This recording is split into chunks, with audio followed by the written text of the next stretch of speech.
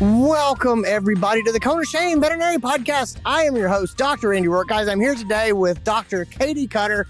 She is the co-founder of BoosterPet, which is a chain of 4 hospitals in Washington State looking to grow and expand. And you'll hear us talk about that in the coming episode. I want to say up front, this is not a sponsored episode. I don't work with BoosterPet. I've not done any work with BoosterPet. I talk about how I sort of met Katie. I think that she and BoosterPet are doing something that is, whether you like it or not, it is innovative and it is absolutely fascinating. You're going to hear about their business model. They are having, in their wellness pet business, they have technicians working remotely with pet owners, and the veterinarian basically does telemedicine while the technician is there. And so the vet is not in the building while the techs are working with pet owners doing wellness exams. It's their business. It is up and functioning in the state of Washington. And I heard about it and I was like, I have to understand. I have to understand how this works and what it really looks like. And that's what our conversation is today. So guys, buckle up. I had my mind stretched and twisted in this conversation, and I think you will as well. Let's get into this episode. This is your show. We're glad you're here. We want to help you in your veterinary career. Welcome to the Cone of Shame with Dr. DrAndyRoark. Welcome to the podcast, Dr. Katie Cutter. Thanks for being here. Well, thank you for having me. I'm excited. I've been looking forward to this. I met you just recently. I was talking to Dr. Bob Lester, who's been on the podcast a number of times, and we were talking about leveraging technicians and technician utilization in the future. And I was sort of saying, I very much can foresee a future where technicians are working much more independently from doctors than they have been at the past. And Dr. Lester said, well, you've got to talk to Dr. Katie Cutter. She's doing absolutely amazing things with her company, BoosterPet. And so I went and I Googled, and I'm kind of blown away. And I have questions, and I want to understand. I want to understand what you're doing, and then I just have a lot of questions. And so what I want to do is I'm going to let you lay this out. So before I do, let me just say real quick. So you are a veterinarian. You are a boarded veterinary ophthalmologist. You have owned boutique specialty practices, 3 of them. You have done so many things. You have just been named DVM 360's Innovator of the Year, which is really cool. You've done a lot of things. Tell me about BoosterPet. Just lay out for me. What is your kind of business model? How does this work? Yeah. Well, BoosterPet was born on the idea that we can just do better in the vet space. So it's no surprise to I think anyone who would be listening to this podcast that the veterinary industry, has been in a crisis for a bit as far as staffing, and that crisis creates a hamster wheel of problems that we ride out in the clinic every day. And a lot of what we see that create the stress in the veterinary clinic certainly result from some practice inefficiencies that we have, and we don't leverage our talent in new and novel ways to create just a better life for the people that provide the services to the pet owners. And so BoosterPet is really focused on how can we provide a better life for our veterinary technicians, our veterinarians, so that they have more left in the tank to give to the community and to give to themselves. So that's the whole passion project that BoosterPet is. And so we started by saying like, hey, our LVTs that are out there, they're very, very capable. And all too often they're underleveraged in the clinic. And we can really do a lot more with our LVTs. And by doing so, we can actually raise their pay scale and create efficiencies in the clinic to take some of the burden also off the veterinarian. So to make kind of everyone's life a little bit better in the clinic. And so at BoosterPet, for our wellness portion of the exams, we elevate the LVT into kind of that physician's assistant, nurse practitioner kind of role by utilizing in-clinic telemedicine for their veterinarian, for part of their veterinarian support through those wellness exams. So talk to me a little bit about that. So the way it was described to me was basically you have technicians that are working by themselves, right? And then they have access to veterinarians through telemedicine. to kind of oversee what they're doing. Is that accurate? It's pretty accurate. Yeah. So I mean, most times people are like, how does that even work, right? And then they come into the clinic and they're like, oh my God, this is really, really cool. Yeah. So for a wellness appointment, so a client would come in with their pet, the LVT and the VA, greet the client, get them into the exam room, take the history and do the physical exam, things like that, put all the notes into the medical record. We leverage technology in the form of, Bluetooth stethoscopes. So heart and lung sounds get recorded and uploaded automatically to a database that can be accessed from anywhere.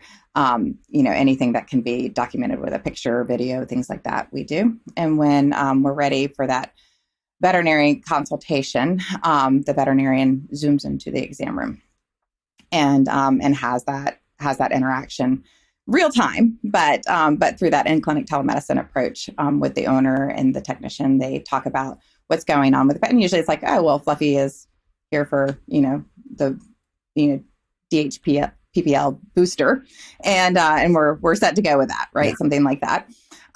So these are only wellness appointments, right? Then when everyone comes to a consensus that we're okay, we're on the same game plan, this is going to be what's happening today, the veterinarian pieces out and the LVT and VA team complete the treatment. And then the owner is able to go home, and they were able to get an exam in a timely fashion, get the services that they needed in an economical way. And we're able to pay our techs more because they're actually in a revenue generating capacity. We also do have urgent care services at our hospital. So there is also some direct veterinarian action for cases that are new clients, or, every now and then there's someone who schedules a wellness appointment, but you're like, this actually doesn't fit the parameters of what we feel is would be acceptable for us to move forward with an in-clinic telemedicine appointment. And so those will get shifted over to the urgent care side of the house. That totally makes sense. Okay. Now, questions. I'm imagining a sort of a space age white plastic room with like a wall screen, like Star Trek. You know what I mean? And the doctor appears, and the doctor appears on the screen, and everyone is there in the room together, and they all sort of talk it out from start to finish. Is that accurate? I guess what I'm really digging at is there back channel communication? Because a lot of times my techs come out of the room and they're like, look, before you go in there, you should know this. I think any of us would wonder, like, how do I get, give me the heads up here on what I'm walking into virtually. Is there any sort of back channel communication? Is it all 100%? We're all together in a room and we talk it through from start to finish in front of the pet owner. Help me see that vision. There's both. So definitely when the technician is ready for the exam, we have a platform where the wellness veterinarian gets message, hey, I'm ready, this clinic exam room 1 when you're ready. And so if there's anything that the veterinarian needs a heads up on, like, hey, they were 15 minutes late, but they have a dinner appointment here, and we're trying to speed this through, or anything like that. Hey, they came in for a wellness, but I really have a question about something I found on my exam. That all happens through that. Initially through it's like a text messaging application, but then we can have real time phone and video chat that can either be in front of the owner or not in front of the owner, depending on what would be most appropriate. Yeah, because it would be kind of weird if you had some things that you needed to talk about discreetly sometimes, right? In order to set the stage, right? Every veterinarian needs to have a little bit of a stage setting before walking into that room cold. And so, we do have that system in place. Not in a bad way. I'm just thinking of things like there's a married couple here and they're actively fighting with each other about something not related to the pet. And you should just know that before you go in there. Like I'm just curious how those signals get sent. Those have saved me so many times, and I was just curious. So tell me about visualization. So there's a screen on the wall. Is that all that the vet can see is like from the screen? I'm assuming do you have other kind of cameras? You said you sort of film everything. What do you get to see? Yeah, we don't record the exams, just like, regular veterinarian exams aren't recorded. That would just take up a lot of database. But we do have other cameras that we can utilize that are portable. So if the veterinarian's like, hey, I'd like to get a better look at, the teeth or, let me see that skin lesion, that hot spot that you were talking about, something like that we can zoom into that. And that can be, real time, or we can take pictures from that or whatever. That totally, I was just like, let me see those ears. Those are the things I was sort of thinking of. Okay, that totally makes sense. Right. What do the pet owners think about this? Do they it's on your website, you're very clear. You're like, this is what is going to happen when you get here, which I think is great. I'm sure that they still don't get it, or they've got to be surprised. What do you hear from the pet owners when they walk in and they're like, no, you're not actually going to shake the doctor's hand? What is that like? Yeah. Most pet owners, especially this day and age, are so appreciative that they were just able to get in and be seen, that they're just super like, wow, this was different, but this was great. And this, I got the service that I needed. I didn't have to wait for weeks. Or, a lot of people are getting new puppies, and there are a lot of clinics in our area, at least, that aren't even taking new clients, right? So, they have a puppy that needs a round of vaccinations. They're getting ready to go out of town. They can't even board the puppy, right, until these vaccinations are completed. And we can usually fit them in within a couple of days, right, at any one of our clinics. And so they're mostly just filled with gratitude. A lot of people got used to using telemedicine for their own health issues during COVID. Right. So I think in a pre-COVID environment, it would seem super funky for owners to walk in and be like, "Woo, what is this?" But COVID changed the landscape for people's comfort level with telemedicine for their own needs, for their children's needs. And there's an expectation that they should be able to get convenient care for simple things. Right. And unfortunately, with the systems that we have in place in most clinics, it's really hard to provide convenient care for simple things. A lot of times when the clinic is swamped, their appointment schedule is full, they're short staffed, so the pet owners are feeling that. And so we need to, this isn't the only mechanism, it's a mechanism. And so what we see with the pet owners is just that gratitude. That's there. Every now and then we have someone that's like, dude, I'm not comfortable with this. And we totally get it. Let's help you find a more conventional veterinary hospital that would be a better fit for you. Yeah. I think that's unescapable and seems like you have a really healthy approach on it. Do you get, and I'm just thinking of this through the lens of being a veterinarian. Tell me about client loyalty. Are there clients that are just like, do they connect to the veterinarian individually that way? Do you see people who go, oh, I only want to see Dr. Smith because when I go, she's the one who appears on the screen and I like her. Yeah, or is it just a different dynamic when someone's on the screen? I'm just trying to think about what that experience would be like. Have you noticed a difference there? Yeah, well, I don't think there's necessarily a difference in the client loyalty. We, our wellness veterinarians are amazing. And we really search for people who can, kind of reach through the screen almost and make people feel really welcome. So I think a lot of our clients still feel a connection with a veterinarian. What does shift is that we see a lot more loyalty to the veterinary technician. Right. So our veterinary technicians are the ones that, they do a lot of the hand-holding with the clients and a lot of the, explaining and this is what's going on and this is why we're doing this today and things like that.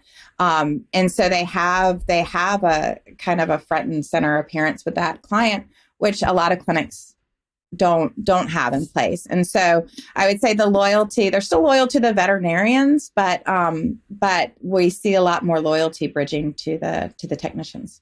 Yeah, that totally makes sense. Hey guys, I just want to hop in really quick and give a quick plug. The Uncharted Veterinary Conference is coming in April. Guys, I founded the Uncharted Veterinary Conference in 2017. It is a one-of-a-kind conference. It is all about business. It is about internal communications, working effectively inside your practice if you're a leader. That means you can be a medical director. It means you can be an associate vet who really wants to work well with your technicians. It means you can be a head technician, a head CSR. You can be a practice owner, practice manager, multi-site manager, multi-site medical director. We work with a lot of those people. This is all about building systems, setting expectations to work effectively with your people. Guys, Uncharted is a peer mentorship conference. That means that we come together and there is a lot of discussion. We create a significant percentage of the schedule, the agenda, at the event, which means we're going to talk about the things that you are interested in. It is always, as I said, business communication focused, but lots of freedom inside that to make sure that you get to talk about what you want to talk about. We really prioritize people being able to have one-on-one conversations, to pick people's brains, to get advice from people who have wrestled with the problems that they are currently wrestled with. We make all that stuff happen. If you want to come to a conference where you do not sit and get lectured at, but you work on your own practice, your own challenges, your own growth and development, that's what Uncharted is. Take a chance. Give us a look. Come and check it out. It is in April. I'll put a link in the show notes for registration. Ask anybody who's been. It's something special. All right, let's get back into this episode. What is the technician experience coming into this? Do you have technicians who show up and go, this is not what I thought, or this is I don't like this, or this is more than I can chew? I'm certain you have technicians who come in and go, this is great. What is the technician experience? I'm sure it's a mixed bag, but help me. How do they respond to it? Help me get my head around that. Yeah, it's so I find that technicians, like, we kind of have like, just like with veterinarians, there's kind of like two main varieties of, sorry, my daughter painted my fingernails there. So this is earlier this morning. So it's a little, looks like I just like killed something here. But no, so I feel like the technicians and the veterinarians kind of come in two flavors, to be like just really broad.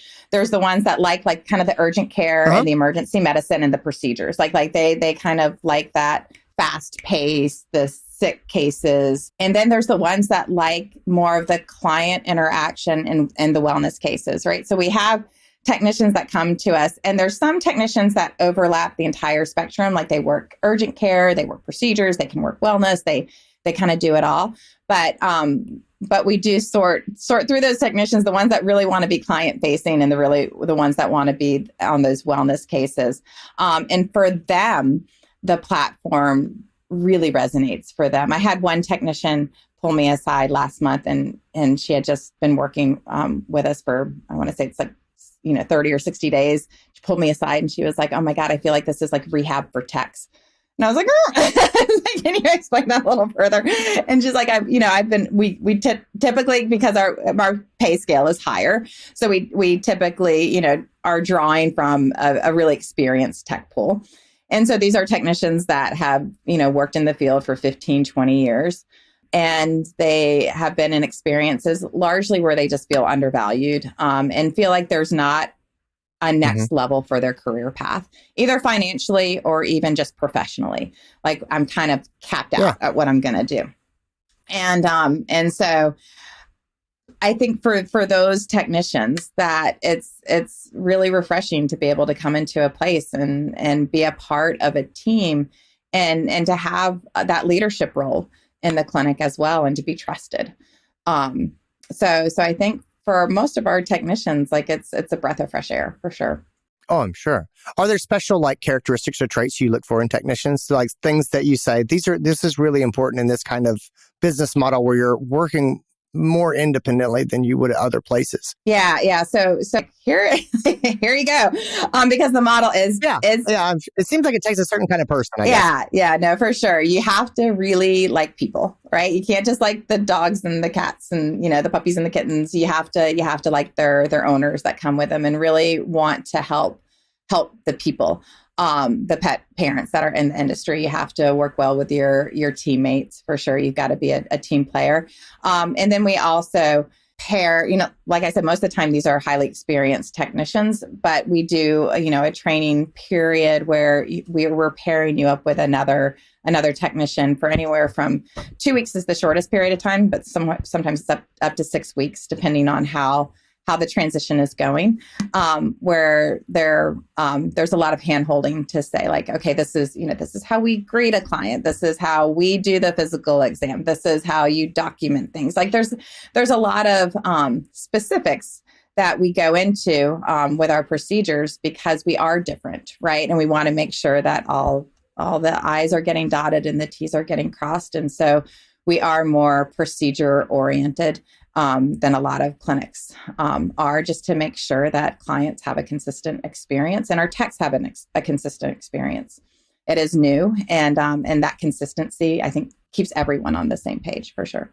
You mentioned before, you try to hire doctors that can kind of reach through the screen and make people sort of feel good or feel safe.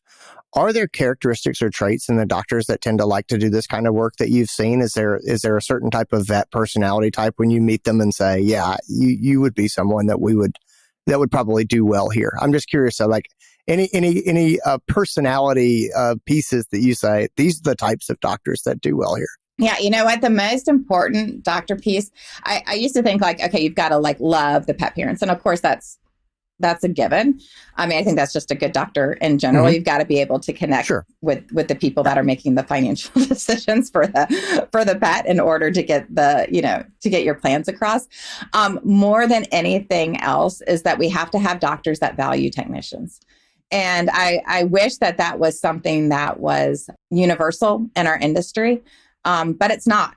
And there are certainly lots of doctors out there that have practiced for quite a long time who haven't worked with technicians in the capacity that we are advocating. And so, if you come in and you're like, I don't believe in technicians, I don't believe they should be doing this, then you're not going to be a good fit for us. It's really like, hey, are you a team player? Do you really believe in the techs and the staff and believe in the vision and the model? Do you want to change the industry and do you want to push it forward? And so really it's getting people that want to make a change for the better. Like our whole mantra, the whole reason we exist is we want to improve the lives of the veterinary technicians. We want to improve the professional lives of our veterinarians. And so you've got to be dedicated to that cause. And if you're just doing this to clock in and clock out and you're not in it to create that greater difference, like probably not going to be the best fit. Yeah, that makes sense. Speaking of clocking in and clocking out, what are the veterinarian work schedules like? How does that work? Yeah. I mean, urgent care is urgent. I mean, there's nothing novel on really what we do on that side of the house. But so our wellness veterinarians, they can work remotely, which is a nice option for veterinarians to be able to have. We have a largely women workforce, and as a mom of 3 and a CEO and fellow veterinarian, like time, there's not enough of it. And so to have options that I could still be a professional, I can still be a veterinarian, but I have more flexibility to do it a little bit more on the terms that suit me, is kind of a novel take on what a veterinarian can be expected to do in our field. And we need to have, I think, more innovators out there that are looking to be creative with the workforce that we have. And so you can schedule in, you can do, we have some veterinarians that have picked up like a part-day shift, or a full-day shift. We have full-time veterinarians, part-time veterinarians. And so usually it's, the clinic rounds, all the clinics get on a platform together at, currently it's 9, we're switching it to 8:30 in the morning. And we all round together. And so like all the techs, the wellness doctors, everything, it's like a Brady Bunch Zoom meeting, right? And it's like, hey, this is what's happening today, teams. Does anyone have any questions with anything on their schedule?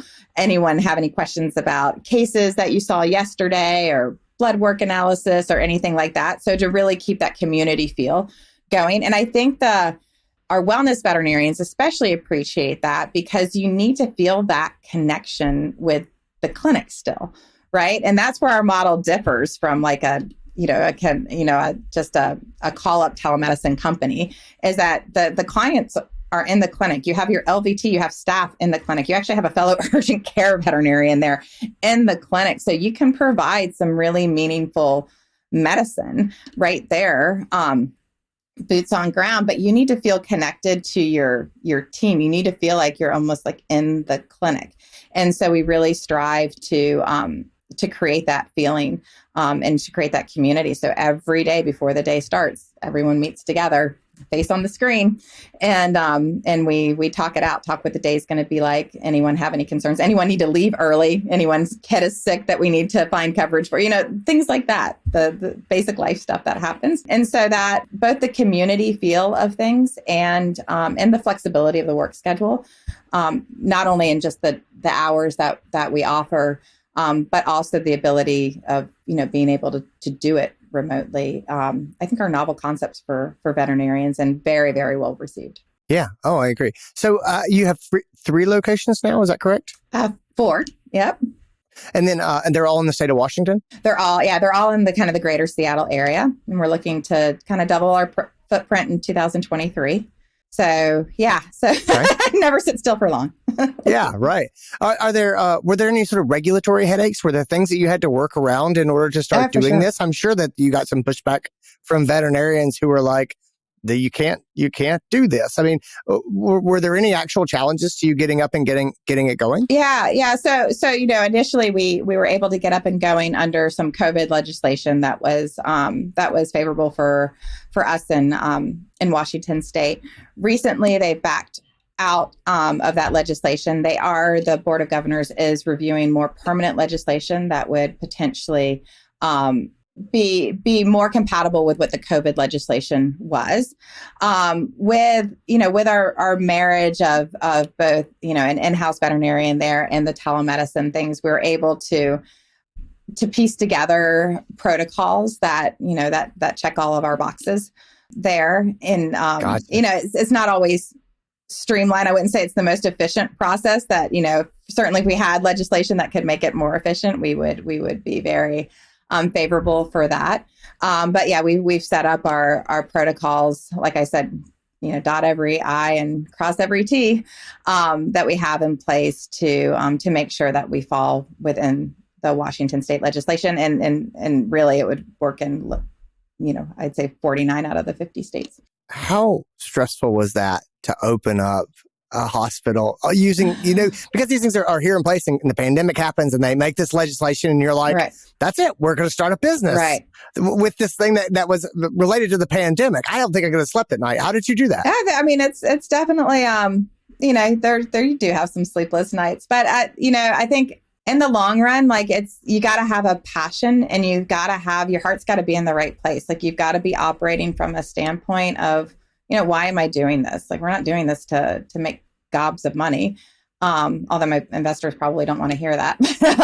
We're doing this to change the space, right? We're doing this to improve the lives of our veterinary technicians and our veterinarians, because I think they've been overlooked and the stress that they feel in the clinic has been kind of ignored for quite some time. And we need to start being better. We need to have better systems in place. So that's the driver through it. And so we did just focus, when we first opened our clinics, we did just focus on the wellness model and then back added urgent care to it, just because the wellness model is the part that's really different.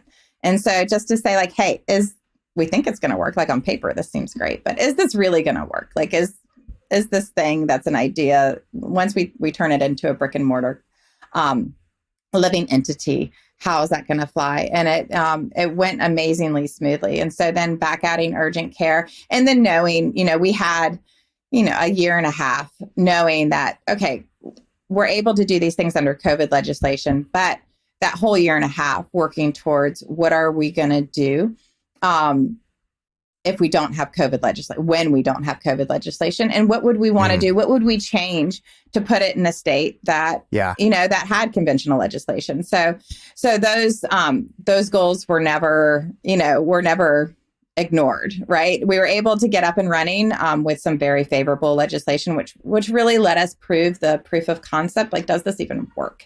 And we found out, yes, and owners love it, and technicians love it, and veterinarians love it. Okay, so now that we have that answer, now let's put the systems in place to make it so this would be something that would be sustainable in almost every state. If you could go back and tell yourself something when you were getting started with Booster, what would you tell yourself? What is the message you would send back in time? Yeah, that's a great question. So my husband always makes fun of me because I'm always I come up with an idea and I'm like, how hard could it be? Honestly, this just seems so simple, right? And I've gotten myself into a lot of trouble with that. But, and so this is one of those things where it's like, yeah, sister, this is going to be hard. Like this is going to be a little bit harder than you might initially think, but it's also all going to be worth it. Right. Like to go into the clinics and to see those technician teams working, to hear their stories of where they've been and where they are now. It's so fulfilling. And then our veterinarians that, are looking, they're burned out. They're looking for a different opportunity, for a different option. Even our urgent care veterinarians, because, we do urgent care. Of course, we can't do anything just exactly like other people do it. So our urgent care is a little bit different too. No telemedicine involved in that. But we really believe in creating systems that are healthy, right? We don't believe in squeezing the lemon to get as much lemonade as possible. We want people to leave the clinic after their shift and still have part of themselves left in the tank. Like I want you to be able to go home and be, have energy to have dinner with your family, to go to your kids' basketball game, to go to the gym, to go for a hike, whatever it is that fulfills you. You are more than just your career, right? And so it's hard, and it's going to be harder than you thought, sister, but you're going to start creating the change that you want to see out there in the world, and it's worth it. It's worth those sleepless nights. Definitely. Dr. Katie Cutter, where can people learn more about BoosterPet? Where can they find you online? Oh, yeah. So we have, of course, a webpage, www.boosterpet.com. I'm always happy for people to reach out to me directly. So my email address is katie.cutter@boosterpet.com, and that's KATIECUTTER. And I love to talk about what we do. I love to share ideas and have conversations about how we can make the space a better place. So I'm always encouraging people to reach out and let's get dialogues going. But even more important than that, like let's turn these dialogues into actual concepts that start to change the space. Thanks so much for being here, guys. Thanks for tuning in and listening. I hope everybody has a wonderful week. Thanks, Sandy. I super appreciate it. And that is our episode, guys. I hope you enjoyed it. I hope you got something out of it. Thanks to Dr. Cutter for being here and sharing what she's doing. I gotta sit with this one. This is it made me think about what the future in medicine is going to look like, and that's always exciting to me. So anyway, guys, take care of yourselves. Be well. I'll talk to you later on. Bye.